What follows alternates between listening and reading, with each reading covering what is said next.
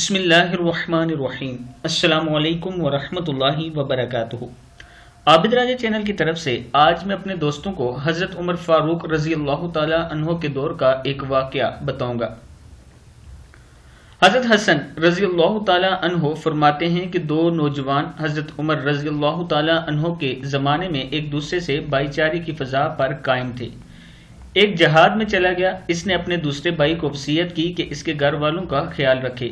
یہ دوست ایک مرتبہ تاریک ہوا والی رات میں اپنے مجاہد بھائی کے گھر کی طرف نکلا۔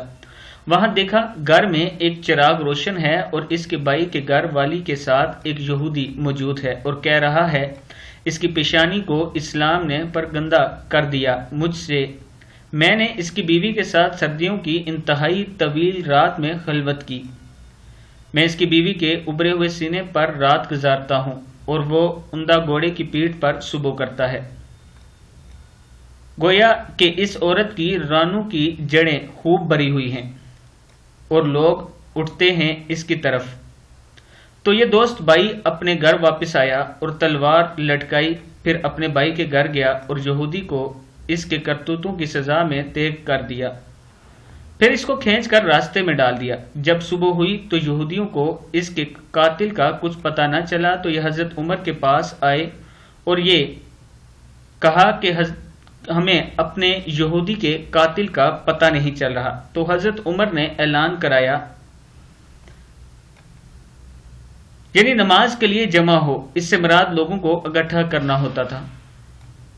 تو لوگ جمع ہو گئے۔ حضرت عمر منبر پر چڑھے، حمد و ثنا کے بعد فرمایا، میں اللہ کی قسم دیتا ہوں اس شخص کو جو اس کے بارے میں کچھ علم رکھتا ہو کہ اگر وہ مجھے کچھ خبر دے۔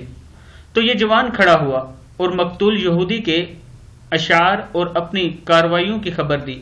تو حضرت عمر فاروق رضی اللہ تعالی عنہ نے فرمایا، اللہ تیرا بھلا کرے، اور اس کا یعنی یہودی کا خون معاف کر دیا۔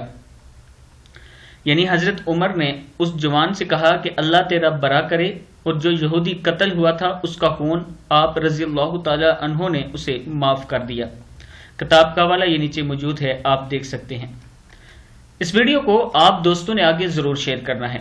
السلام علیکم ورحمۃ اللہ وبرکاتہ۔